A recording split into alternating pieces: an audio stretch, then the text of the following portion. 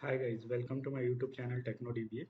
This channel is created for DBAs to gain the knowledge and learn to perform day-to-day activities.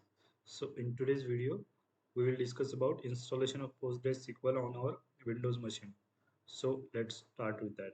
So I have downloaded this software from Postgres website. So I'm just going to click on it. I'll run as administrator. Just click on as. This is a Postgres logo. You can see. This is a check on Microsoft Visual C++. Okay. This particular software is required by PostgreSQL to run on any machine. Okay. So this is processing. So this was completed. Now it will open a window for this PostgreSQL installation. So this is a setup window. Okay. This is a kind of welcome message. So click on next. Now select your this installation directory. So I'll keep this only. Okay. This is a version. I will keep all. Okay. pgadmin is a GUI tool and this is a command line. Okay. Now you should have the data directory where you will have data files of the PostgreSQL. So that is under our main directory and then data. Okay.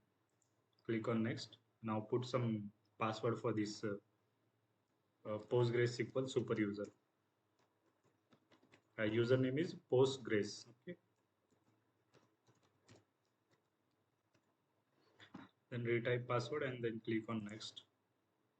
Now choose the port number. You can put anything, but I'll keep it default.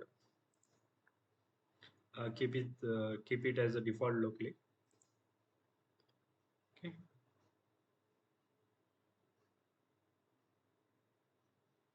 Now just verify the directories you have provided. If you don't have the sufficient space, you can change it. Okay.